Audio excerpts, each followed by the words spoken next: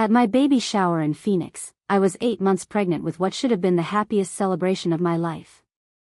Instead, my younger sister Natalie cornered me by the gift table, her eyes gleaming with malicious satisfaction as she whispered, "Tell everyone the father isn't your husband, or I will." When I stared at her in shock, she smirked and added, "I have proof, Camila. Photos, messages, everything. Either you confess right now in front of everyone, or I'll announce it myself during the toast." Before we jump back in, tell us where you're tuning in from, and if this story touches you, make sure you're subscribed, because tomorrow, I've saved something extra special for you. The accusation was completely false, but my sister had always been a master manipulator. My husband Ryan was absolutely the father of our daughter, conceived after 2 years of trying and 3 rounds of fertility treatments. But Natalie had somehow convinced herself, or pretended to convince herself, that I'd been having an affair with Dr. James Martinez, my fertility specialist. The idea was so absurd it would have been laughable if not for the 40 guests currently celebrating in my backyard, including Ryan's conservative parents who had already expressed doubts about our rushed timeline to parenthood. "You're insane," I whispered back, my hand instinctively moving to protect my belly. "Ryan is the father. You know that." Natalie's smile widened. "Do I? Because I have screenshots of you texting Dr. Martinez at all hours. I have photos of you going to appointments that weren't on your calendar.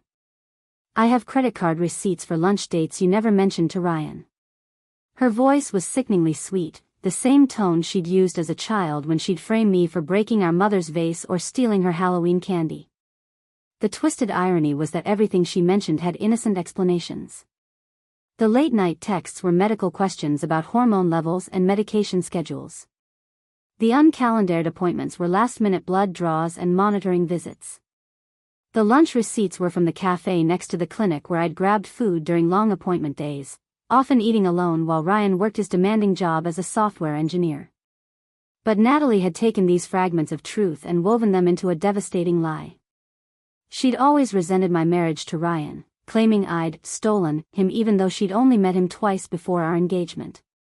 She'd grown up as the family favorite, the beautiful one, the charming one who could do no wrong.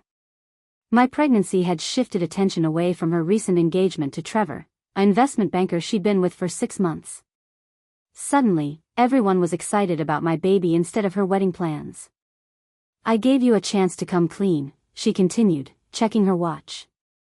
"The toasts start in 5 minutes. What's it going to be? You tell them, or I do. Either way, Ryan's going to find out what kind of woman he really married." My heart pounded so hard I could feel it in my throat. Around us, the party continued. My friends from work chatted near the dessert table. Ryan's sister Amanda was helping my mother arrange gifts. Ryan himself was by the grill with his father, both of them laughing at something on his phone. Everyone looked so happy, so normal, completely unaware that my sister was about to detonate our lives with a lie. The setup was perfect for maximum destruction. Natalie had planned this moment carefully. The guest list included everyone who mattered, both sets of parents, Ryan's entire family, my work colleagues, our mutual friends. She'd even insisted on taking video of the gift opening, for memories. Now I realized she wanted to capture the explosion on camera. "You have no proof because there's nothing to prove," I said desperately. "I've never been unfaithful to Ryan. Not with Dr. Martinez, not with anyone." "Your word against my evidence," she shrugged. "And honestly, Camila, who do you think people are going to believe? The sister who's always been jealous and competitive, or the one who's just looking out for her family?" The gaslighting was masterful. She was framing her attack as concern, her lies as truth-telling. In her version of reality, I was the villain and she was the hero saving my husband from a cheating wife. The fact that our baby would be born into this chaos didn't seem to matter to her.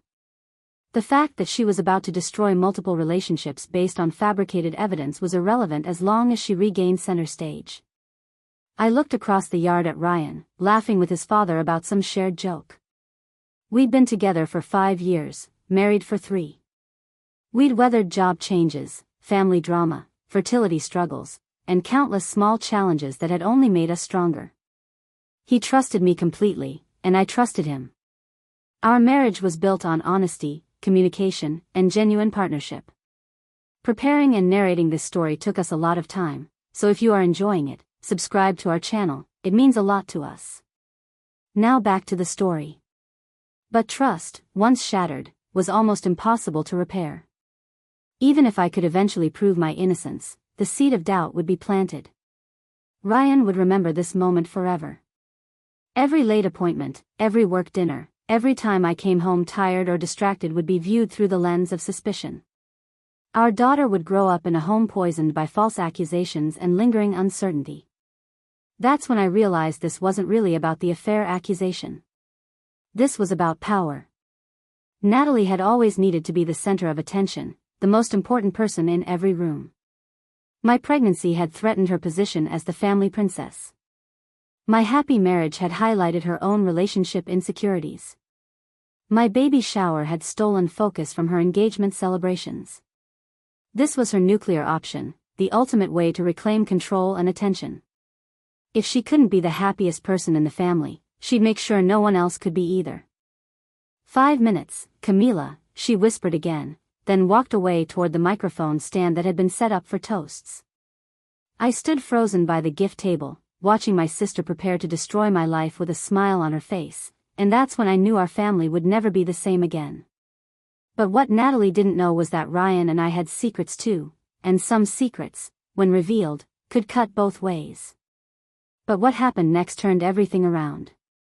Ryan's response wasn't what Natalie expected. My husband's face didn't crumble with betrayal or confusion. Instead, he smiled, cold, calculating, and utterly calm. "Actually, Natalie," he said loud enough for everyone to hear, "let's talk about proof.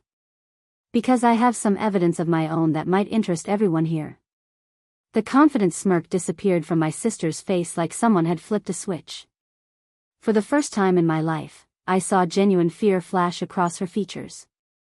Her hand trembled slightly as she lowered the microphone she'd been about to use to announce her fabricated scandal to our entire family and friend circle. "What do you mean?" she stammered, but Ryan was already pulling out his phone with the deliberate movements of someone who had been prepared for exactly this moment. That's when I realized my husband hadn't been caught off guard at all. Somehow, he'd been expecting this attack. Somehow, he'd been ready for it. And as I watched Natalie's face drain of color, I understood that the real story was just beginning. The baby shower guests sensed the shift in atmosphere. Conversations died down as people turned to watch our little drama unfold. My mother stepped closer, her protective instincts kicking in, though I couldn't tell which daughter she was planning to defend. Ryan's parents exchanged worried glances. My work friends looked confused and uncomfortable. But Ryan looked absolutely, devastatingly calm. Like a chess player who had been planning his winning move for months while his opponent focused on the wrong pieces entirely. "You see," Ryan continued, his voice carrying clearly across the suddenly quiet backyard, "when someone spends months building an elaborate lie to destroy your family, they tend to leave a pretty detailed trail of evidence. Text messages, social media posts, conversations with mutual friends." His thumb swiped across his phone screen. "It's amazing what people will say when they think no one is paying attention." Natalie opened her mouth to speak, but no words came out. The microphone hung forgotten in her limp grip.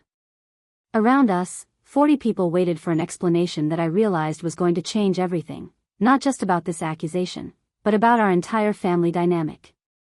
I placed my hand on my belly, feeling our daughter move restlessly inside me, as if she could sense the tension in the air. Whatever Ryan was about to reveal, whatever proof he had gathered, whatever strategy he had developed, it was about to expose truths that went far deeper than just a false paternity claim. This wasn't just going to be about defending our marriage anymore. This was going to be about revealing who Natalie really was, what she had really been planning, and how far she had been willing to go to destroy my happiness. And as I looked around at our assembled family and friends, all of them waiting for answers, I realized that some relationships were about to be permanently redefined. The real story started 3 months earlier, when the first anonymous message arrived. The whole nightmare began 3 months before my baby shower, on a Tuesday morning in March when I was 5 months pregnant and finally starting to show. I was at my desk at Morrison & Associates marketing firm in downtown Phoenix, responding to client emails and trying not to spill my third cup of decaf coffee on my keyboard, when my phone buzzed with a text from an unknown number. Your husband deserves to know the truth about Dr. Martinez. I stared at the message, completely baffled. The truth about what? Dr. Martinez was my reproductive endocrinologist at Desert Fertility Clinic. He was a professional, married man in his 50s who had helped Ryan and me conceive after 2 years of failed attempts. The suggestion that there was some truth Ryan didn't know was so absurd I almost laughed. I showed the text to my colleague Jessica during our lunch break. She worked in the cubicle next to mine and had become my closest friend since starting at Morrison 6 months earlier. Jessica was pragmatic and level-headed, the kind of person who could spot drama from a mile away and usually had good advice for avoiding it. Probably some random weirdo, she said, barely glancing up from her salad. You know how people get weird messages sometimes. I wouldn't worry about it. But the messages didn't stop. Over the next week, I received 4 more texts from different numbers, each one slightly more specific than the last. Ask him about the lunch receipts from Romano's Cafe. Check your credit card statements for March 15th. He knows about the late-night appointments. The baby doesn't look like Ryan in the ultrasound photos.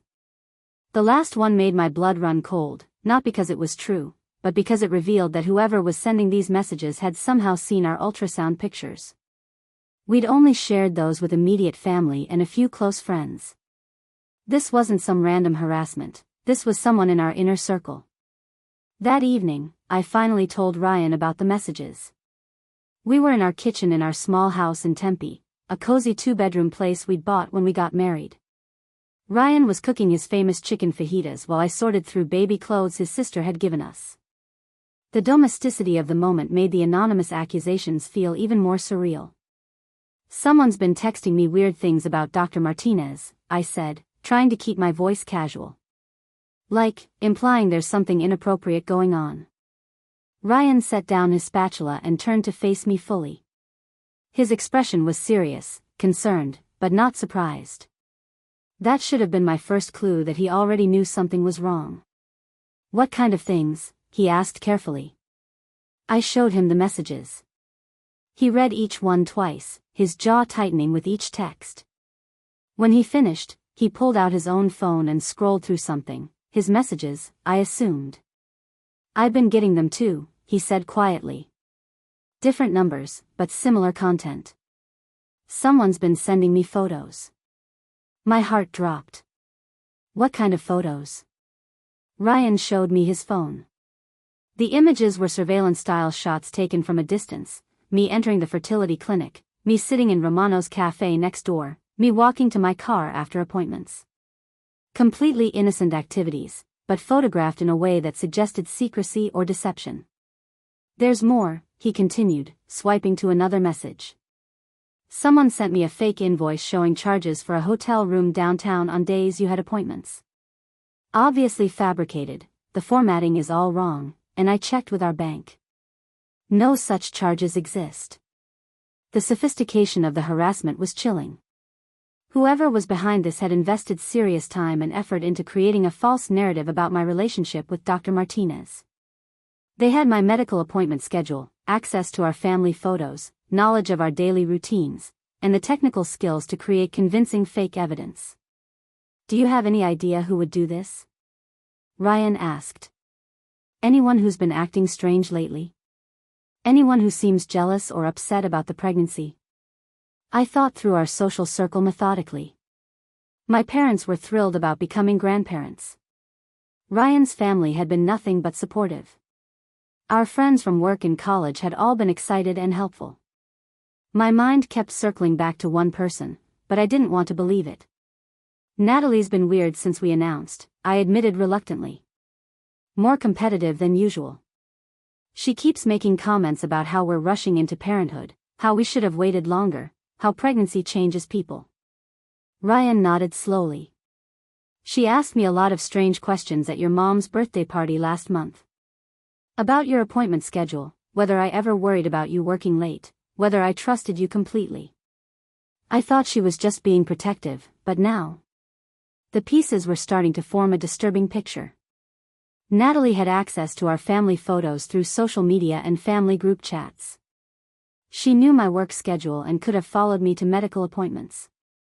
She was tech-savvy enough from her job in digital marketing to create fake invoices and send messages from multiple numbers. And most importantly, she had motive. My sister had always needed to be the center of attention. Growing up, she'd been the star athlete, the homecoming queen, the one everyone adored. I'd been content to live in her shadow, focusing on academics and building quiet, stable relationships. But my pregnancy had shifted the family focus away from her recent engagement to Trevor, and Natalie had never handled being upstaged well. "We need to document everything," Ryan said, switching into his methodical problem-solving mode. "Screenshots of all messages, copies of the fake invoices, any other evidence. If this escalates, we'll need proof." I felt our baby kick strongly, as if responding to the stress in my voice. The idea that my own sister might be orchestrating a campaign to destroy my marriage was almost too painful to consider. But as the anonymous messages continued over the following weeks, becoming more frequent and more detailed, the truth became impossible to ignore. Natalie was trying to break up my marriage by convincing Ryan I was having an affair with my doctor. She was using my medical treatments, the most vulnerable and intimate part of our journey to parenthood, as ammunition for her attack. The violation felt deeper than just family rivalry. It felt like psychological warfare. But Ryan had been quietly building his own case. While I'd been trying to rationalize the messages and hope they'd stop, my husband had been documenting everything, tracing phone numbers, and doing detective work I didn't even know about. He'd been preparing for the moment when Natalie would make her final move, and as I would discover at my baby shower, he'd uncovered secrets about my sister that none of us had suspected. The pattern of manipulation and favoritism hadn't started with my pregnancy, it had been woven into the fabric of our family dynamics for 28 years. As Ryan and I began documenting the anonymous messages and investigating their source, memories I'd buried started surfacing with uncomfortable clarity. Natalie's behavior wasn't a sudden shift triggered by jealousy over my baby. It was the latest escalation in a lifelong campaign of competition and control. Growing up in our house in Scottsdale, everything had revolved around Natalie's achievements and needs. She was 3 years younger than me, but somehow she'd always been treated as the more important child. When she made varsity soccer as a freshman, our parents threw a celebration dinner and invited the extended family. When I graduated summa cum laude from Arizona State University, they took us to dinner at Applebee's, just the four of us, and they spent most of the meal discussing Natalie's upcoming homecoming dance. The college fund situation still burned when I thought about it. Our parents had promised to split their education savings equally between us. I'd worked part-time jobs throughout high school, saved every birthday check from grandparents, and applied for scholarships to minimize the financial burden. Natalie, meanwhile, had spent her earnings on clothes and social activities, confident that her college would be fully funded. When it came time for me to start my sophomore year, my parents called me into the living room for a family meeting. Natalie needed extra tutoring to maintain her GPA for her soccer scholarship, they explained. The tutoring was expensive, and they'd had to dip into my college fund to cover it. There would be less money available for my remaining 3 years. But Camila's always been so responsible with money, my mother had said, as if my responsibility meant I deserved less support. She'll figure out a way to make it work. Natalie needs more help. I'd taken out student loans and worked 30 hours a week while maintaining a 3.8 GPA. Natalie's tutoring helped her graduate with a 2.9 average and no athletic scholarship. But by then, she'd decided college wasn't for her anyway. She wanted to move to Los Angeles and network in the entertainment industry. Our parents funded that dream too, giving her my remaining college money as a starter fund for her California adventure. The wedding situation had been even more revealing. When Ryan proposed to me after 2 years of dating, I'd been over the moon. We'd planned a modest ceremony, 150 people, local venue, simple decorations. Nothing extravagant, but meaningful and beautiful. My parents had offered to contribute $5,000 toward the wedding expenses. 2 weeks before our wedding, Natalie announced her engagement to Marcus, a stockbroker she'd been dating for 4 months. Suddenly, every conversation became about her upcoming nuptials. She wanted a destination wedding in Cabo San Lucas. She needed a designer dress and professional photography. She deserved the wedding of her dreams, after all the disappointment she'd experienced in her career. The $5,000 my parents had promised for my wedding was redirected to Natalie's engagement party. When I protested, my father had looked at me with genuine confusion. "You and Ryan are both working full-time. You can afford your own wedding. Natalie needs our help more." The engagement to Marcus lasted 6 months. The expensive engagement party had celebrated a relationship that imploded when Natalie discovered he'd been dating 2 other women simultaneously. But our parents never mentioned the wasted money or offered to contribute to my wedding after all. Ryan and I had paid for everything ourselves and been grateful we could manage it. Looking back now, I could see how each incident had established a pattern. Natalie's needs always came first, my achievements were minimized, and any resources, emotional or financial, went to supporting her latest crisis or ambition. I'd adapted by becoming more self-sufficient and less demanding, which only reinforced the dynamic. The less I asked for, the less I received. The more independent I became, the more my parents felt justified in focusing their attention on Natalie's endless dramas. When Ryan and I had struggled with infertility, my parents' response had been typically dismissive. "You're both still young," my mother had said when I confided about our difficulties conceiving. "Maybe your body is telling you something. Maybe you should focus on your career for a few more years." When we started fertility treatments, she'd questioned the expense and suggested we just relax and let nature take its course. Contrast that with their reaction when Natalie announced her relationship with Trevor 6 months ago. Despite knowing him for less time than Ryan and I had been trying to have a baby, they'd immediately started discussing wedding plans and grandchildren. "Natalie's getting to the age where she needs to start thinking about settling down," my father had said. "Trevor seems like good husband material." The double standard was breathtaking, but I'd become so accustomed to it that I'd barely registered the inequality anymore. That was perhaps the most insidious part of the family dynamic, the way years of subtle favoritism had trained me to expect less and settle for scraps of attention and support. But pregnancy had shifted something fundamental. For the first time in my life, I was experiencing something that was unequivocally mine.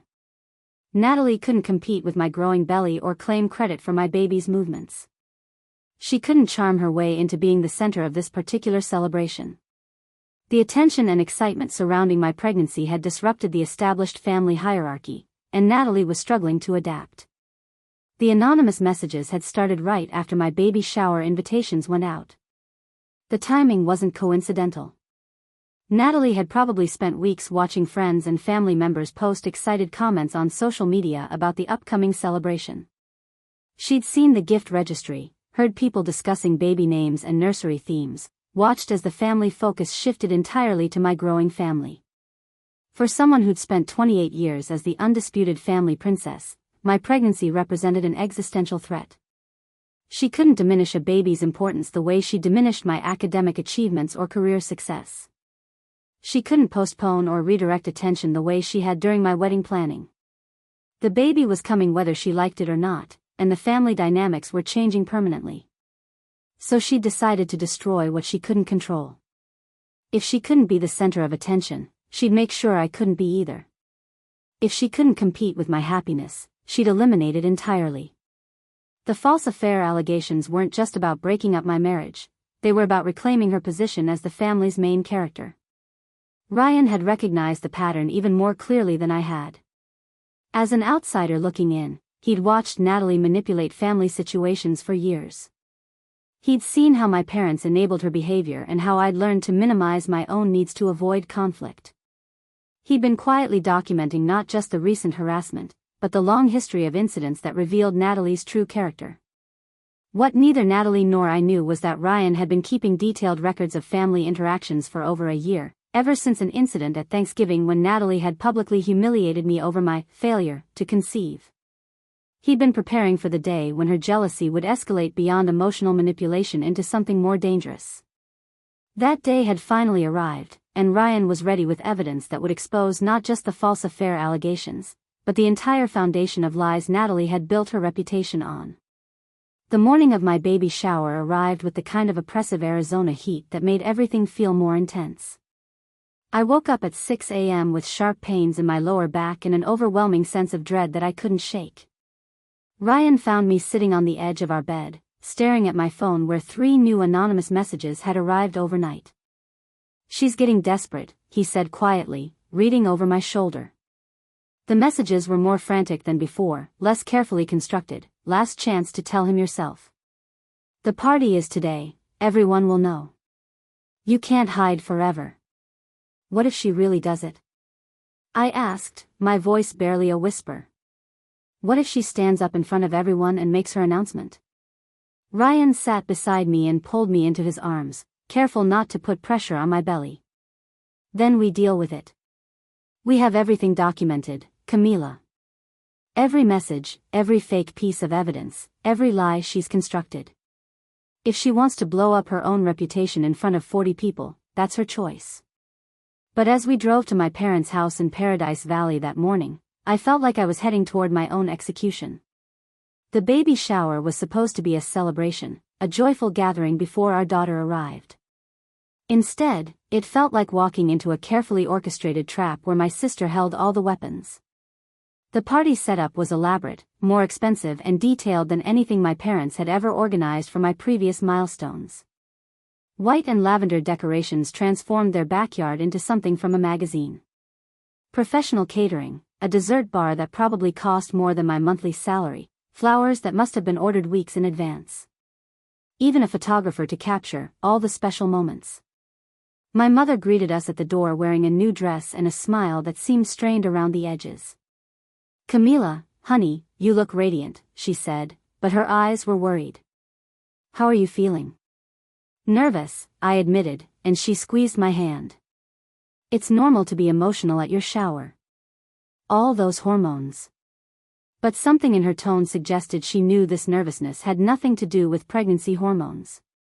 Natalie was already there, flitting around the party space like a gracious hostess. She wore a flowing yellow sundress that emphasized her figure and drew attention wherever she moved. She'd positioned herself as the unofficial co-host, greeting guests, directing them to the gift table, making sure everyone had drinks and appetizers. "Camila," she called when she spotted us, rushing over with her arms extended. "You made it. I was starting to worry you might not feel up to the party." Her hug was theatrical, lasting just long enough for the photographer to capture it. "Ryan, you look handsome as always.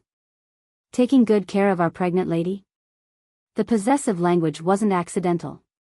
Our pregnant lady, as if my pregnancy was somehow a family project rather than something between Ryan and me. Everything about her demeanor suggested ownership and control. The guest list was exactly what I'd expected, both sets of parents, Ryan's siblings and their spouses, my cousins and aunts, my work friends, and several couples from our social circle. About 40 people total, all of whom had received careful instructions from Natalie about parking, gift delivery, and photo opportunities. She'd taken over the planning completely, claiming she wanted to make sure everything was perfect for my big sister. As guests arrived and settled into their assigned seats, yes, there were assigned seats at my baby shower, I noticed the strategic placement. Ryan and I were positioned at a table in the center of the patio, clearly visible from every angle. The photographer had multiple clear sight lines. The microphone and speaker system were positioned for optimal acoustics across the entire space. If someone wanted to make a dramatic announcement that would be seen and heard by everyone present, this was the perfect setup. "She's been planning this for weeks," I murmured to Ryan as we watched Natalie orchestrate the gift opening. "Look at how everything's arranged. She's not just planning to humiliate us, she wants it documented." Ryan nodded grimly. "I know. That's why I made some arrangements of my own." Before I could ask what he meant, Jessica from work approached our table. "Camila, you look gorgeous. How are you holding up?" But her expression was troubled, and she kept glancing toward Natalie with obvious concern. "What's wrong?" I asked. Jessica hesitated, then leaned closer. I don't know if I should say anything, but Natalie cornered me by the dessert table and asked some really weird questions. About your work schedule, whether you've been taking long lunches, whether you seem stressed about anything. And she kept pushing when I said everything seemed normal. My stomach dropped. What did you tell her? The truth, that you're a model employee who's been nothing but excited about the baby. But Camila, the way she was asking, it felt like she was fishing for something specific. Like she wanted me to confirm suspicions she already had. Ryan and I exchanged looks. Natalie wasn't just planning to make accusations, she was building supporting testimony from my own friends and colleagues. She'd probably spent the past hour conducting similar fishing expeditions with other guests, looking for anyone who might validate her narrative or at least express doubt about my faithfulness.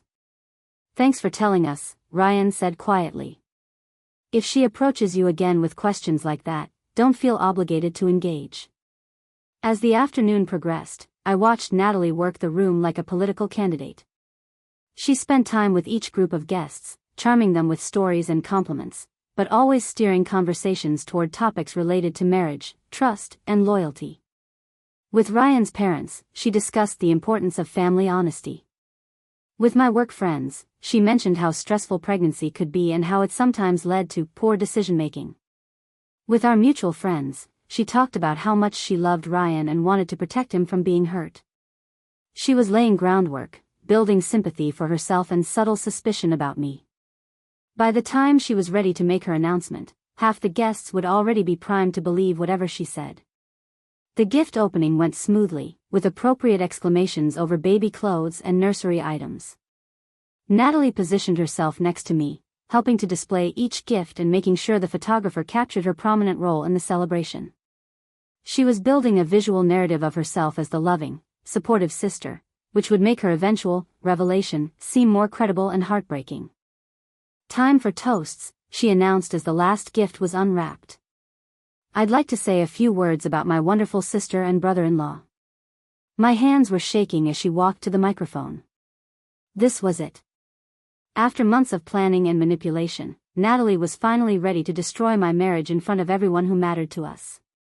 But as she reached for the microphone, Ryan stood up. Actually, Natalie, I have something I'd like to share first.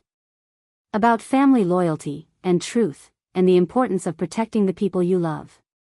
The confident smile on my sister's face flickered for just a moment before she recovered. Of course, Ryan. The proud father should definitely speak first. She handed him the microphone, but I could see uncertainty in her eyes for the first time all day. Whatever Ryan was planning to say, it wasn't part of her script. And as my husband began to speak, I realized that the trap Natalie had spent months building was about to spring shut, but not on the victim she'd intended. Ryan took the microphone with the calm confidence of someone who had been preparing for this moment for months. The 40 guests settled into expectant silence, wine glasses paused halfway to lips, all attention focused on my husband as he stood in the center of the patio.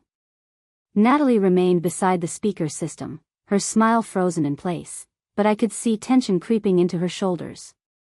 Thank you all for being here to celebrate Camila and our daughter, Ryan began, his voice carrying clearly across the backyard.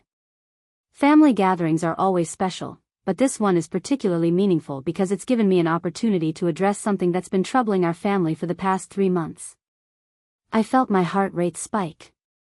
This wasn't the direction I'd expected him to take. Natalie's eyes darted between Ryan and the assembled guests, calculating whether she should interrupt or let him continue. Some of you might not know this, but Camila and I have been receiving anonymous harassment for weeks. Messages, fake evidence, photographs taken without our knowledge, all designed to suggest that my wife has been unfaithful during her pregnancy. Ryan paused, letting the words sink in. The accusations are completely false, but they've been sophisticated and persistent. Someone has invested considerable time and energy into trying to destroy our marriage and traumatize my pregnant wife. Murmurs rippled through the crowd. My mother's face went pale. Ryan's parents exchanged alarmed glances. My work friends looked shocked and sympathetic. Everyone was staring at Ryan with rapt attention, but I noticed several people glancing toward Natalie with growing suspicion. Now, I want to be clear, Ryan continued, harassment like this doesn't happen in a vacuum. It requires inside knowledge of our schedules, access to our personal information, and familiarity with our medical appointments and daily routines. It also requires a specific type of person, someone comfortable with deception, manipulation, and causing emotional harm to family members. Natalie finally found her voice. Ryan, this is supposed to be a celebration. Maybe we should discuss family problems privately. Oh, but Natalie, Ryan interrupted smoothly, weren't you just about to make an announcement of your own? Something about truth and honesty? I thought this would be the perfect time to address everything openly, in front of all our loved ones. The color drained completely from my sister's face. She opened her mouth, then closed it, clearly struggling to find words that wouldn't incriminate her further. You see, Ryan continued, when someone targets your family with this level of calculated cruelty, you start investigating. You document evidence. You trace phone numbers and IP addresses. You hire professionals when necessary. He pulled out his phone and held it up. And sometimes, you discover that the person trying to destroy your marriage has been living quite a few lies of her own. I don't know what you're implying, Natalie said, but her voice cracked on the last word. Let me be more specific. Ryan's tone remained conversational, almost friendly, but there was steel underneath. 3 months ago, you created 5 different fake phone numbers using various apps and services.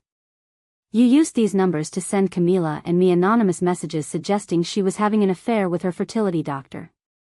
You also created fake credit card statements, fabricated hotel invoices, and took surveillance photos of my wife going about her normal daily activities. The photographer had stopped taking pictures and was staring openly at the unfolding drama. Several guests pulled out their own phones, either to record or to check if this was some kind of elaborate joke. But that's just the beginning, Ryan continued.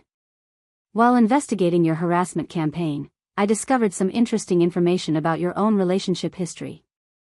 Trevor, for instance, your current fiancé, might be surprised to learn about your ongoing communication with your ex-boyfriend Marcus. The same Marcus you told everyone was abusive and manipulative when you broke up with him last year. Natalie took a step backward, nearly knocking over the gift table. You've been spying on me? I've been protecting my family. Which meant understanding exactly who was threatening us and why. Ryan swiped to a different screen on his phone. Marcus was very cooperative when I explained what you'd been doing. Turns out he's been receiving some interesting messages from you over the past 6 months. Messages suggesting that Trevor doesn't know about your significant credit card debt, or about the fact that you were fired from your last job for falsifying expense reports. My mother stood up abruptly from her chair. Ryan, that's enough. I don't know what kind of family drama this is, but... Mom, sit down, I said firmly. For the first time in my adult life, I used a tone with my mother that brooked no argument. Let him finish. Ryan nodded his thanks to me, then addressed the crowd again. Now, some of you might wonder why someone would go to such elaborate lengths to destroy her pregnant sister's marriage. The answer is actually quite simple: attention and control. Natalie has spent her entire adult life manipulating family situations to ensure she remains the center of focus. My wife's pregnancy threatened that dynamic, so she decided to eliminate the threat. This is insane, Natalie said desperately. He's making all of this up. He's having some kind of breakdown. Am I?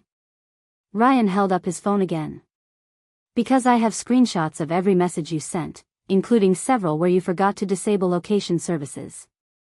I have copies of the fake documents you created, complete with metadata showing they were generated on your laptop.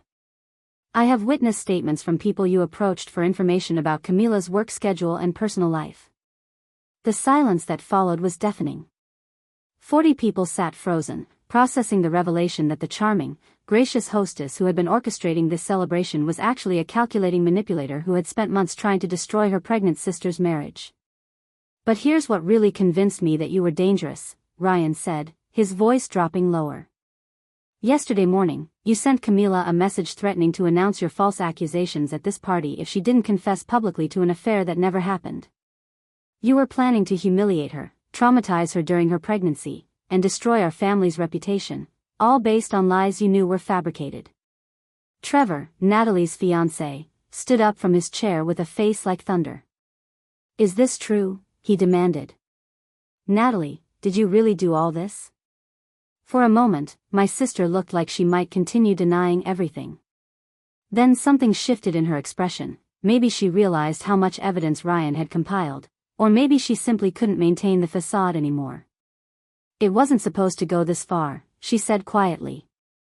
I wanted things to go back to how they were before. Before everyone started caring more about her baby than about my wedding." The admission hung in the air like a toxic cloud. She just confessed, in front of 40 witnesses, to orchestrating months of harassment against her pregnant sister because she was jealous of the attention my baby was receiving. "So you decided to try to destroy my marriage?" I asked, standing up carefully.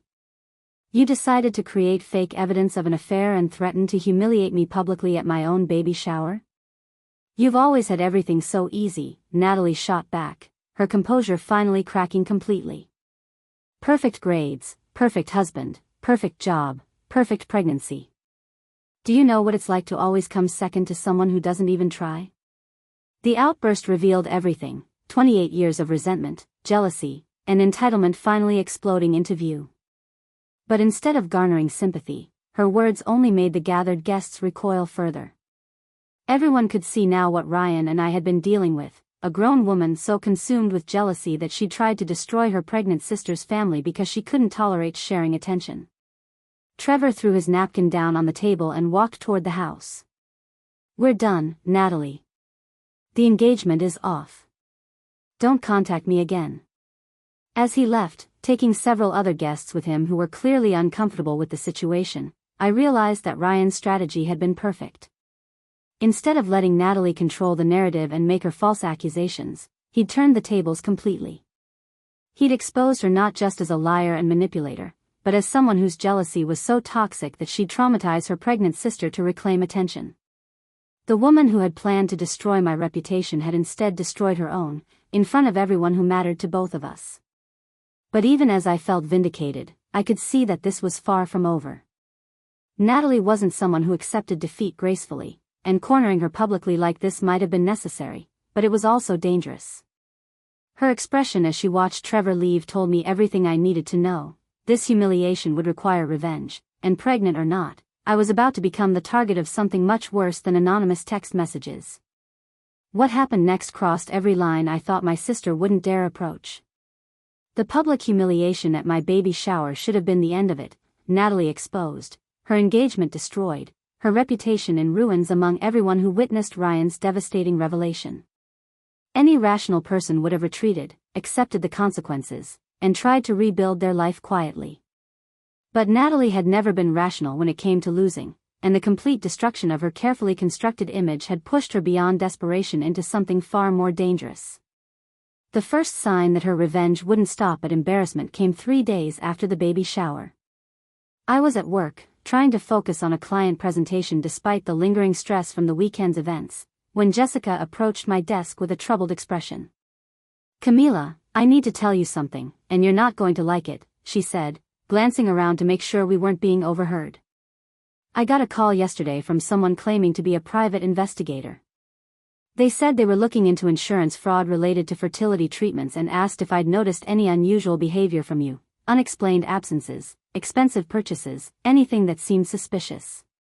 My blood went cold. "What did you tell them?" "Nothing, obviously." I hung up immediately. But then I started thinking, what if they call our boss? What if they contact other people from work? Even if everyone knows it's garbage, just having those questions asked could damage your reputation here. The implications hit me like a physical blow.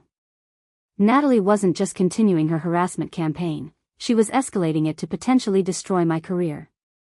Making false reports about insurance fraud could trigger actual investigations, create professional problems that would follow me for years, and cause stress that could genuinely harm my pregnancy. That evening, Ryan and I sat in our kitchen trying to process this new development. The baby was due in less than a month, and instead of preparing peacefully for her arrival, we were dealing with what felt like psychological warfare from my own family. "We need to call Detective Martinez," Ryan said, referring to the police officer who had taken our initial report about the harassment. "This has moved beyond family drama into criminal territory." Before I could respond, my phone rang. My mother's name appeared on the screen, and for a moment I considered not answering. Our relationship had been strained since the baby shower, when she'd initially defended Natalie's behavior as a misunderstanding, before the weight of evidence made denial impossible. "Camila, honey, you need to come to the house right away." My mother's voice was shaky, almost panicked. "Natalie's here, and she's not acting right. She's been here for 2 hours, and she keeps talking about making things fair and ensuring the family understands the real truth about you." "What do you mean, not acting right?" "She's manic, sweetheart. Talking non-stop, pacing around the house, making lists of people she needs to contact to set the record straight. She says Ryan brainwashed you against your own family and that the baby isn't even his. She's talking about calling Child Protective Services to report you as an unfit mother." The threat to involve CPS sent ice through my veins. Even false reports could trigger investigations, home visits, and documentation that might complicate our lives for months or years. And with a newborn coming, we'd be particularly vulnerable to bureaucratic interference. "Mom, you need to get her out of your house. She's making serious threats." "I've tried, but she won't leave." "Your father's trying to reason with her, but she just keeps getting more agitated. She's saying she has evidence about your affair that she didn't share at the party, that she was being merciful before, but now she's going to tell everyone the whole truth." Ryan was already grabbing his keys and jacket. "We're going over there," he said firmly. "This ends now." "No," I said, surprising myself with the steel in my voice. "She wants me to come rushing over there. She wants a confrontation where she can play the victim and claim I'm the one being unreasonable. We're not playing her game anymore." Instead, I called 911 and requested a welfare check on an individual who was making threats and refusing to leave a private residence. Then I called Detective Martinez and explained that our harassment case had escalated to stalking and potential fraud allegations. While we waited for law enforcement to respond, my mother called back twice with updates. Natalie had barricaded herself in my childhood bedroom and was making phone calls to various family members, spreading her narrative about my alleged affair and claiming that Ryan had threatened and intimidated her at the baby shower. She was also posting on social media, creating a carefully crafted story about being silenced by an abusive brother-in-law who was controlling and isolating his wife. "She's rewriting history in real time," Ryan observed as we watched Natalie's Facebook posts multiply. "In her version, she's the concerned sister trying to protect you from manipulation, and I'm the villain who exposed her to silence her truth-telling." The social media campaign was sophisticated and dangerous. Natalie had always been skilled at managing her image online, and she was now using those skills to create sympathy for herself while painting me as a victim of domestic control. People who hadn't been at the baby shower and didn't know the full story might easily believe her narrative, especially since it positioned her as the brave whistleblower rather than the vindictive harasser. Detective Martinez arrived at our house an hour later with an update that made my stomach churn. The welfare check at my parents' house had revealed that Natalie had created what he described as a evidence wall in my old bedroom, dozens of printed photos, fake documents, and conspiracy theory-style connections drawn between various pieces of proof that I was having an affair. "She's created an elaborate alternate reality," he explained. "Your sister has convinced herself, or is pretending to convince herself, that this affair actually happened. She's generated fake hotel receipts, forged text message screenshots, even created a fake pregnancy timeline that suggests your baby was conceived during a supposed affair rather than through fertility treatments." The revelation was chilling. This wasn't just harassment anymore, it was either a complete psychological break from reality or an incredibly sophisticated campaign of fraud and defamation. Either way, it represented a clear and present danger to my family. "We found evidence that she's been planning to send these fabricated documents to your employer, your insurance company, your doctor's office, and various family members," Detective Martinez continued. "She's also compiled a list of people to contact, including local news outlets and social media influencers who cover family drama stories." The scope of her planned attack was breathtaking. Natalie wasn't just trying to destroy my marriage, she was attempting to systematically dismantle every aspect of my life. My job, my medical care, my insurance coverage, my family relationships, even my public reputation were all targets in her revenge campaign. "There's more," Detective Martinez said grimly. We found evidence that she's been researching how to file false reports with Child Protective Services. She's been studying what types of allegations trigger automatic investigations and how to present fabricated evidence in a way that looks credible. The attack on my fitness as a mother represented the ultimate escalation. Natalie wasn't content to destroy my marriage or career, she wanted to threaten my relationship with my unborn child. The woman who had once been my little sister was now planning to weaponize the state's child protection system against me based on lies she had manufactured. Ryan's hand found mine as Detective Martinez explained the charges they were preparing: stalking, harassment, fraud, filing false reports, and conspiracy to commit defamation. The evidence was overwhelming, with digital footprints, witness statements, and the physical evidence wall, providing clear proof of her criminal intentions. But as we sat in our kitchen that night, processing the reality that my sister had planned to destroy every aspect of my life because she couldn't tolerate my pregnancy getting more attention than her engagement, I realized that some wounds would never heal. Even if the legal system protected us, even if Natalie faced consequences for her actions, the knowledge that my own sister was capable of this level of calculated cruelty would haunt our family forever. The baby kicked strongly, as if sensing my distress, and I placed my hands on my belly protectively. Whatever happened next, my daughter would never know her Aunt Natalie. Some people were simply too dangerous to allow into our lives, regardless of blood relations.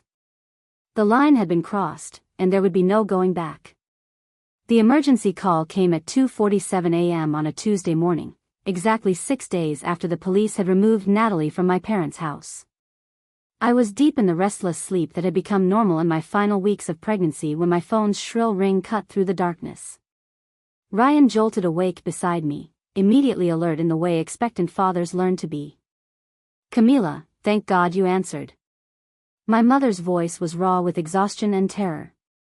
"We're at Phoenix General Hospital. You need to get here now." My first thought was that something had happened to my father, a heart attack, a stroke, some medical emergency that would explain the panic in my mother's voice. "What's wrong? Is Dad okay?" "It's not your father. It's the baby."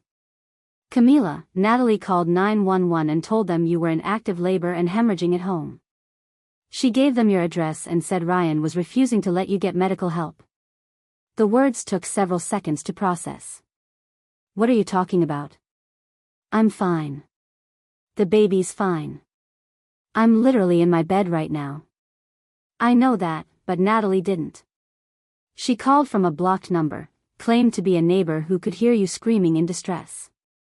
Emergency services dispatched an ambulance to your house, and when they couldn't get a response because you were sleeping, they were preparing to break down your door. Ryan was already out of bed, pulling on clothes. I could see flashing lights through our bedroom window. The ambulance was apparently still outside. The full scope of what Natalie had done was starting to hit me. She'd weaponized emergency medical services, potentially putting my actual health at risk by creating a crisis situation that could have resulted in unnecessary medical intervention or traumatic forced entry into our home. "But that's not all," my mother continued, her voice breaking. "She also called CPS with an emergency report claiming that Ryan was holding you against your will and preventing you from seeking prenatal care. She told them you'd been isolated from family, that there were signs of domestic abuse, and that your baby was in immediate danger." My legs gave out, and I sank back onto the edge of the bed. The calculated cruelty of using emergency services and child protection systems as weapons against a pregnant woman was breathtaking. Natalie had turned every safety net designed to protect vulnerable people into ammunition for her personal vendetta. "Where is she now?" I managed to ask. "That's why we're at the hospital." When the police tracked down the false emergency calls, they found her at Trevor's apartment building, trying to break into his car. She'd been there for hours, apparently convinced that he had hidden evidence that would prove her accusations against you. The neighbors called security, and when officers arrived, she fought them physically. She's been admitted for psychiatric evaluation. The image of my sister wrestling with police officers in a parking lot, so consumed with her fabricated reality that she'd attack law enforcement, was almost impossible to reconcile with the poised, manipulative woman who had orchestrated months of sophisticated harassment. Ryan had gone downstairs to speak with the paramedics and police officers who were still outside our house. I could hear him explaining the situation, providing documentation of the harassment case, and working to de-escalate what Natalie had turned into a crisis situation. His calm, methodical approach was probably the only thing preventing our night from becoming an even bigger disaster. "Mom, I need to know, how long has she been like this? Really like this, not just the jealousy and manipulation we've always seen." There was a long pause before my mother answered. "Looking back now, I think it started when you announced your pregnancy. But it got much worse after the baby shower. She hasn't been sleeping, barely eating. She's been obsessed with proving that she was right about the affair. Your father and I tried to get her to see someone, but she insisted that we were all being manipulated by Ryan. The psychiatric evaluation would presumably provide answers about whether Natalie's behavior represented a mental health crisis or simply an extreme escalation of her lifelong pattern of manipulation and control. Either way, the false emergency reports represented a criminal act that endangered real people who might need actual emergency services. Detective Martinez arrived at our house 40 minutes later, looking grim and exhausted. He'd been called in to coordinate the response to what he described as the most elaborate false reporting case he'd encountered in 15 years of law enforcement. "Your sister made 17 different calls to various agencies between midnight and 2 a.m., he explained as we sat in our living room, surrounded by the aftermath of Natalie's synthetic crisis. Emergency medical services, child protection, police dispatch, even the fire department. She created a coordinated emergency response based entirely on fabricated claims. The resources that had been diverted to respond to Natalie's lies were staggering: multiple ambulances, police units, CPS emergency workers, fire department personnel, and hospital staff, all pulled away from real emergencies to chase down her manufactured crisis. People who actually needed help might have waited longer because emergency services were responding to her false reports. "What happens now?" Ryan asked. "Multiple felony charges for false reporting, filing fraudulent emergency claims, and interfering with emergency services. The psychiatric evaluation will determine whether she's competent to stand trial, but either way, she's going to face serious consequences. Making false reports that trigger emergency responses is a federal offense." As Detective Martinez left, promising to keep us updated on the legal proceedings, I felt a strange mixture of relief and sadness. Relief that the harassment was finally being treated with the seriousness it deserved, but sadness that my sister had destroyed herself so completely in pursuit of revenge that would never satisfy her. The baby chose that moment to kick vigorously, and I realized she'd been active throughout the entire crisis, as if responding to the stress and chaos. Dr. Chen had warned me that maternal stress could affect fetal development, and I wondered how much of Natalie's campaign of terror my daughter had already experienced through my elevated heart rate and adrenaline levels. "It's over," Ryan said quietly, pulling me into his arms. "Whatever happens with the legal case, whatever the psychiatric evaluation shows, she can't hurt us anymore. There are too many people watching now, too much documentation. She's burned every bridge." But even as he spoke, I knew it wasn't really over. The damage to our family relationships was permanent. My parents would spend years questioning whether they'd enabled Natalie's behavior or missed signs of serious mental illness. Ryan and I would always wonder if our daughter might inherit whatever genetic or psychological factors had driven my sister to such extremes. And I would never again feel safe in the unconditional love of family, knowing how quickly that love could turn toxic when threatened. The immediate crisis was ending, but its effects would ripple through our lives for years to come. Some betrayals cut so deep that healing isn't possible. You can only learn to live with the scars and protect yourself from future harm. As dawn broke over Phoenix and the last of the emergency vehicles finally left our neighborhood, I placed my hands on my belly and made a silent promise to my unborn daughter: she would never know the fear and manipulation that had defined my relationship with her aunt. Some family connections were worth preserving, but others were simply too dangerous to maintain. The line between family loyalty and self-protection had been crossed permanently, and there would be no going back. The support system that rallied around us in the days following Natalie's arrest was both overwhelming and revelatory. Within 48 hours of the false emergency reports, our house had become a coordination center for what felt like a small army of people determined to protect us from any further attacks. Ryan's mother Patricia flew in from Denver that same morning, arriving with suitcases full of practical supplies and an expression of barely contained fury that I'd never seen from the typically gentle woman. "Nobody threatens my pregnant daughter-in-law and gets away with it," she announced as she unpacked groceries, baby supplies, and what appeared to be enough frozen meals to last us through the first month of parenthood. My workplace response surprised me most of all. I'd expected awkwardness, maybe some whispered conversations about the family drama that had now involved police investigations and false fraud allegations. Instead, Jessica arrived that afternoon with a card signed by everyone in our department and a clear message from our manager: "Take all the time you need. Your job is secure, and anyone who contacts us asking questions about you will be referred directly to our legal department." The corporate lawyer, a sharp woman named Linda Vasquez, had already been briefed on the situation and was prepared to handle any attempts by Natalie to damage my professional reputation. "We've seen cases like this before," she explained during a brief meeting in our living room. "Disgruntled family members trying to weaponize workplace relationships. We have protocols in place, and frankly, the documentation your husband compiled makes this one of the clearest-cut harassment cases I've encountered." Even more surprising was the response from Dr. Martinez at the fertility clinic. He called personally to express his outrage that his professional relationship with a patient had been twisted into ammunition for a family vendetta. "I've been practicing reproductive medicine for 20 years, he said, "and I've never had someone fabricate an affair allegation as a form of sibling rivalry. This crosses every ethical and legal boundary I can think of." The medical practice had already consulted with their legal team and were prepared to pursue their own charges against Natalie for defamation and interference with medical practice. Dr. Martinez was particularly concerned about the precedent. If family members could successfully weaponize fertility treatments against pregnant women, it could have a chilling effect on people seeking reproductive health care. Detective Martinez coordinated the growing pile of evidence and witness statements with the efficiency of someone who had found his calling. The case had attracted attention from prosecutors because of its unusual nature, the systematic use of emergency services, social media, and professional institutions as weapons in a personal vendetta represented a new category of harassment that legal experts were eager to address. "Your sister essentially created a template for psychological warfare using modern technology and institutional systems," he explained during one of his regular updates.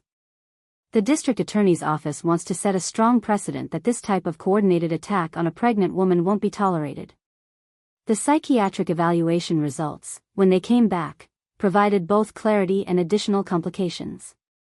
Dr. Sarah Chen, the forensic psychiatrist who had evaluated Natalie, delivered her findings in clinical language that somehow made my sister's behavior even more chilling. "The subject demonstrates no signs of psychosis, delusion, or other mental illness that would impair her understanding of reality or moral reasoning," Dr. Chen reported. "Her actions appear to represent a calculated campaign of harassment and intimidation, carried out with full awareness of their falseness and potential consequences. She is competent to stand trial and bears full responsibility for her choices." The relief of knowing that Natalie wasn't suffering from a mental health crisis that might explain her behavior was offset by the horror of realizing that her attacks had been entirely deliberate. She had knowingly fabricated evidence, filed false reports, and weaponized emergency services against her pregnant sister, not because she was delusional, but because she was angry about losing attention and control. Ryan had documented everything meticulously, creating a timeline of harassment that spanned 4 months and included over 200 pieces of evidence: text messages, fake documents, witness statements, social media posts, police reports, and hospital records. The file had grown into something that resembled a federal investigation more than a family dispute. "I never imagined it would get this extensive," he admitted as we sat in our living room, surrounded by binders of documentation. "But every time I thought she was done, she escalated further. I started treating it like a security investigation because that's what it had become." The legal team representing us had grown to include specialists in harassment law, defamation, fraud, and civil rights violations. What had started as a simple police report about anonymous text messages had evolved into a complex case involving multiple criminal charges and potential civil lawsuits. Trevor, Natalie's ex-fiancé, had emerged as an unexpected ally. Still reeling from the revelation of who he'd been engaged to, he provided statements about Natalie's manipulative behavior during their relationship and her obsessive jealousy regarding my pregnancy. She spent our entire engagement comparing herself to you, he told investigators. Every conversation somehow came back to how unfair it was that you were getting attention for having a baby. My parents' support, while appreciated, came with complications. They were struggling with guilt over having enabled Natalie's behavior for years, and their attempts to help sometimes felt like efforts to assuage their own conscience rather than genuine concern for my well-being. We should have seen the signs, my mother said repeatedly. We should have gotten her help earlier. But the pattern of favoritism and enabling hadn't happened overnight, and recognizing it now didn't undo decades of damage. My father's awkward attempts to bond with Ryan and show support for our marriage felt hollow after years of dismissing my husband's concerns about family dynamics. The most powerful support came from unexpected sources, other women who had experienced similar harassment from family members. Word of the case had spread through social media and legal networks, and I received dozens of messages from women sharing their own stories of family members who had weaponized pregnancies, weddings, or other life milestones as opportunities for psychological warfare. You're not crazy, and this isn't normal family conflict, wrote one woman whose sister had sabotaged her wedding by filing false reports with vendors. What she did to you is criminal, and I'm grateful someone is finally pursuing serious charges. The solidarity from strangers who understood the unique trauma of being attacked by family members provided validation that I hadn't realized I needed. For months, I'd struggled with the cognitive dissonance of being systematically targeted by someone who was supposed to love me unconditionally. Hearing from other women who had survived similar betrayals helped me understand that the problem wasn't my failure to maintain family relationships, it was Natalie's choice to weaponize our blood connection. As my due date approached and the legal proceedings gained momentum, I felt simultaneously more secure and more isolated than I'd ever been. The protective bubble that our support network had created was comforting, but it also highlighted how completely Natalie had severed herself from our family and our lives.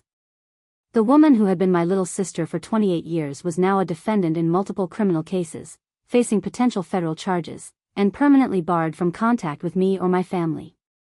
The transformation felt surreal and final, like mourning someone who was still alive but had chosen to become a stranger. But as I felt my daughter moving actively in my womb, responding to the stress and excitement of the legal proceedings, I knew that protecting her from toxic family dynamics was worth any amount of temporary upheaval. Some battles were worth fighting, even when victory came at the cost of relationships you'd once thought were permanent. The courtroom proceedings unfolded with a precision that felt almost anticlimactic after months of chaos and escalation. By the time we reached the sentencing hearing in November, 3 weeks after our daughter Lily was born, the legal machinery had processed Natalie's case with the efficiency of a system designed to handle exactly this type of systematic harassment. The federal charges had been the game changer. When Natalie's false emergency reports crossed state lines, she'd called from Arizona but claimed emergencies in multiple jurisdictions, her case was elevated to federal court under interstate communication fraud statutes. The U.S. Attorney's Office had been eager to prosecute what they termed a textbook case of weaponized emergency services abuse. District Attorney Rebecca Torres stood before Judge Catherine Morrison with a stack of evidence that had grown to over 400 pages. The prosecution had been thorough, documenting not just the immediate harassment campaign, but establishing a pattern of manipulative behavior that stretched back years. Your Honor, the defendant's actions represent a calculated assault on multiple systems designed to protect vulnerable populations, DA Torres stated.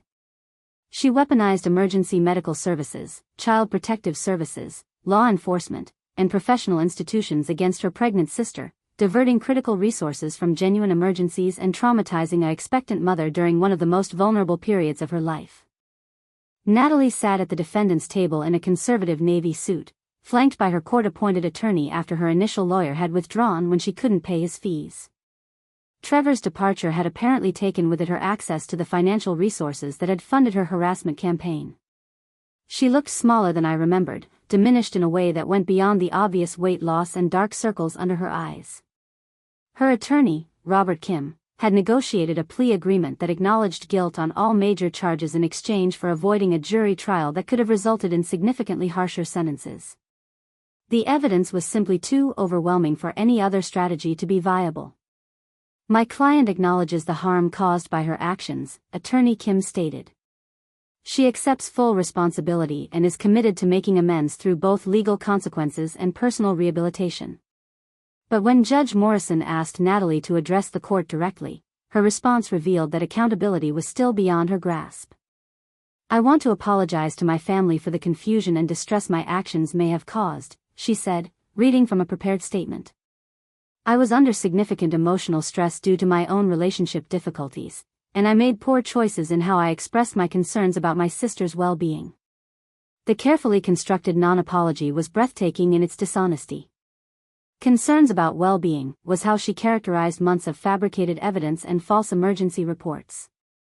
"Poor choices" was how she described criminal harassment of a pregnant woman. Even facing federal charges and having lost everything, she couldn't acknowledge the deliberate cruelty of her actions. Judge Morrison's response was swift and uncompromising. "Ms. Rodriguez, the evidence before this court demonstrates not confused concern for family well-being, but a sophisticated campaign of harassment, fraud, and abuse of emergency services. Your actions endangered real people who might have needed actual emergency assistance while resources were diverted to respond to your fabricated crises." The sentence reflected the seriousness of the charges: 18 months in federal prison, followed by 2 years of supervised probation with mandatory psychological counseling. She was also ordered to pay restitution covering our legal fees, medical expenses related to stress-induced complications during my pregnancy, and damages for defamation to Dr. Martinez and his practice. The financial restitution alone totaled over $75,000, money that Natalie clearly didn't have. Her unemployment after being fired for the false expense reports, combined with the costs of her legal defense, had left her essentially bankrupt. The civil judgments would follow her for years, garnishing any future wages until the debt was satisfied. But perhaps most significantly, Judge Morrison issued a comprehensive restraining order that prohibited any contact between Natalie and our family for a minimum of 5 years, with provisions for extension if she violated the terms. She was forbidden from approaching our home, workplace, or any location where we might reasonably be expected to appear. She couldn't contact us directly or through third parties, couldn't reference us on social media, and couldn't attempt any form of surveillance or information gathering about our lives. This case represents an extreme example of how modern technology and institutional systems can be weaponized for personal vendettas, Judge Morrison stated. The court hopes this sentence sends a clear message that such behavior will be met with the full force of federal law.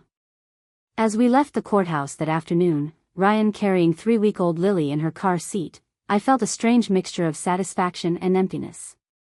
Justice had been served with a thoroughness that exceeded my expectations, but it felt hollow in the way that victory often does when it comes at the cost of permanently severed relationships.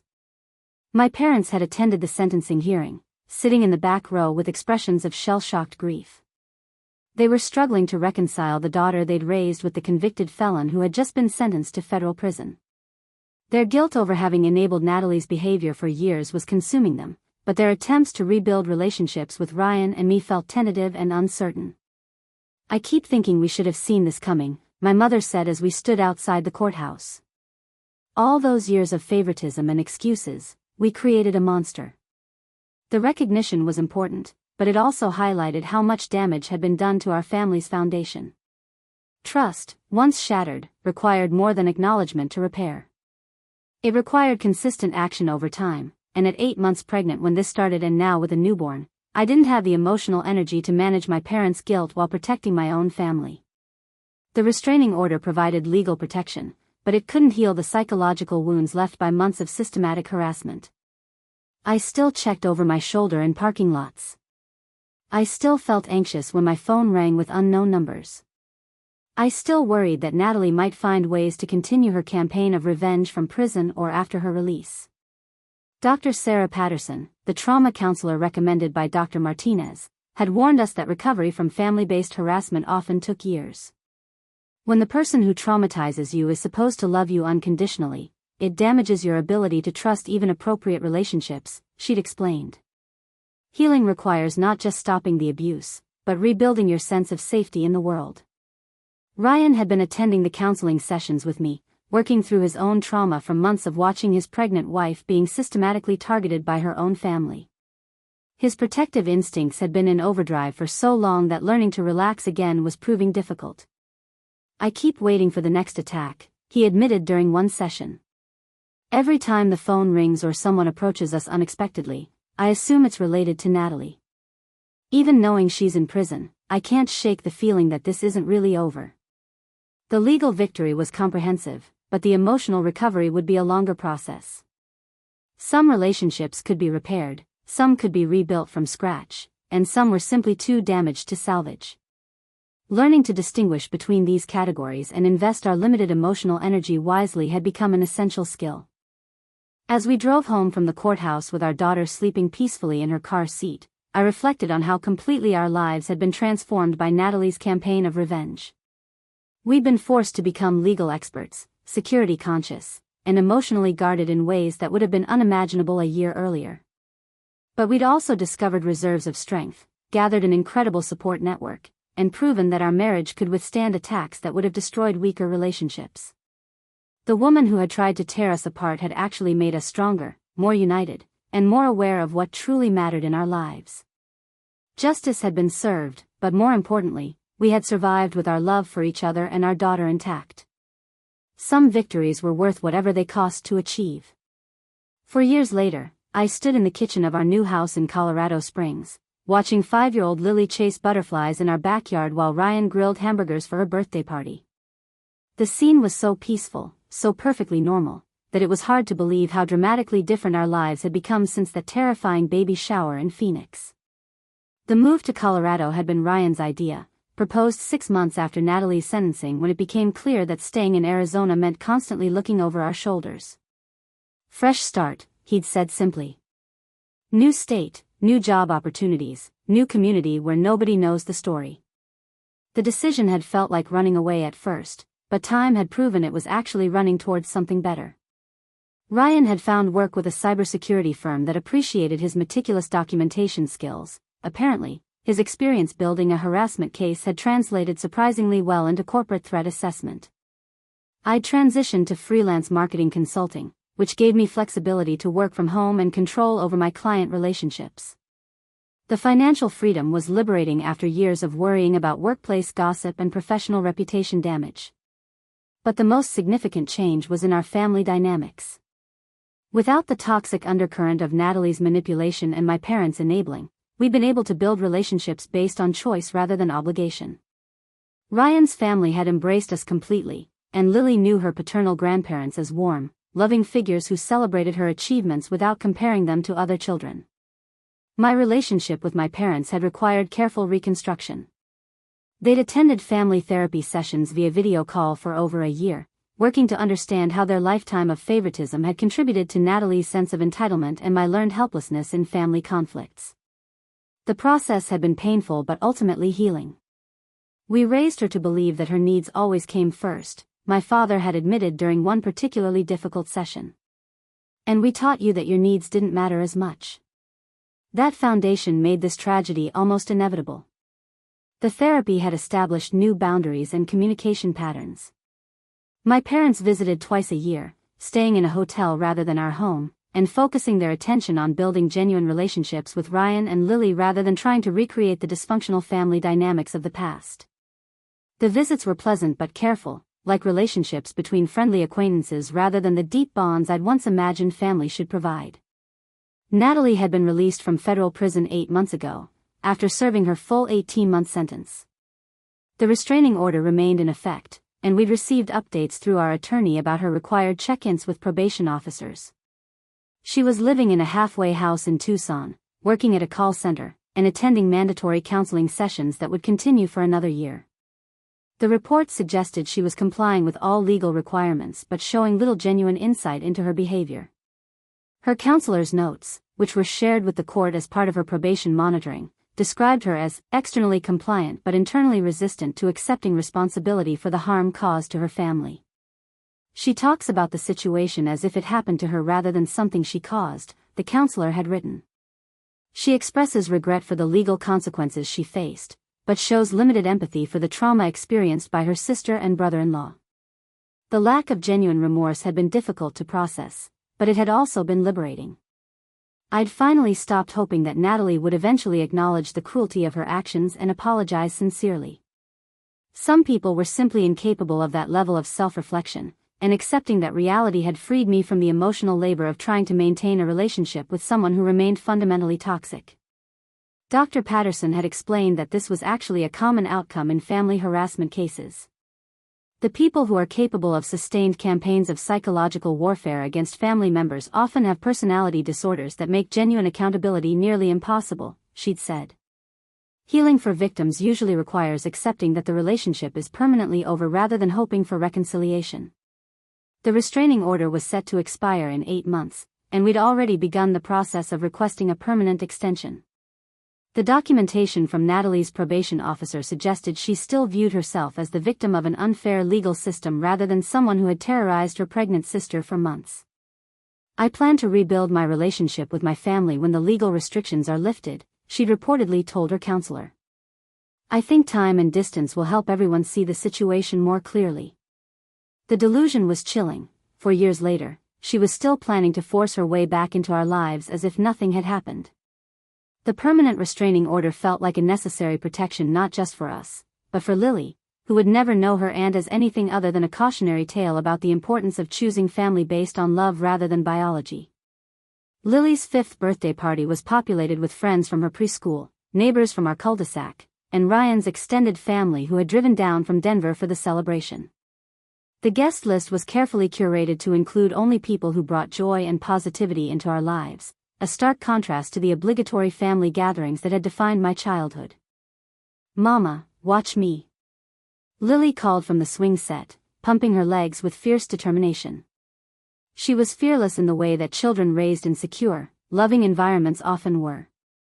No one had ever made her compete for attention or questioned her worth based on comparisons to other children. She assumed love was unconditional because, in her experience, it always had been. Ryan joined me at the kitchen window, wrapping his arms around my waist as we watched our daughter play. "Any regrets?" he asked, a question that had become something of an annual tradition on Lily's birthday. "None," I answered without hesitation. Not about cutting them off, not about moving, not about the legal battles. None of it. The response was always the same, but the conviction behind it grew stronger each year. Every milestone that Lily reached without the shadow of toxic family dynamics was proof that we'd made the right choices. Every peaceful family dinner, every stress-free holiday, every moment of genuine happiness was vindication of our decision to prioritize our nuclear family's well-being over maintaining relationships that had become fundamentally destructive. The anonymous text messages had stopped 4 years ago. The fake emergencies and fabricated evidence were distant memories. The constant vigilance and legal maneuvering had been replaced by boring, wonderful normalcy. We went to work, took family vacations, attended school events, and lived the quiet lives that most people took for granted but that had once seemed impossible. Sometimes I wondered what our lives would have looked like if Natalie had chosen differently, if she'd channeled her jealousy into self-improvement rather than destruction, if she'd sought therapy instead of revenge, if she'd learned to celebrate others' happiness instead of trying to eliminate it. But those thoughts felt academic rather than painful now, like wondering about alternative histories rather than grieving lost possibilities. The truth was that some people were simply too dangerous to love safely. Family bonds that were supposed to provide security and support could become weapons in the hands of people who viewed relationships as zero-sum competitions. Recognizing that reality and acting to protect ourselves hadn't been selfish, it had been necessary for our survival and essential for our daughter's healthy development. As Lily blew out her birthday candles and made a wish she'd never share, I made my own silent promise. She would grow up knowing that love was supposed to feel safe, that family relationships should add joy rather than stress, and that she never had to accept mistreatment from anyone, regardless of shared DNA. The woman who had tried to destroy our family had ultimately taught us what family really meant, not the people you're related to by accident of birth, but the people who choose to love, support, and celebrate you consistently over time. By that definition, our family had never been stronger, and our future had never looked brighter. Some stories ended with reconciliation and forgiveness. Ours ended with protection, peace, and the hard-won wisdom that sometimes the most loving thing you can do is walk away permanently from people who refuse to stop hurting you. 4 years later, I had never been happier to be proven right. Up next, you've got 2 more standout stories right on your screen. If this one hit the mark, you won't want to pass these up. Just click and check them out.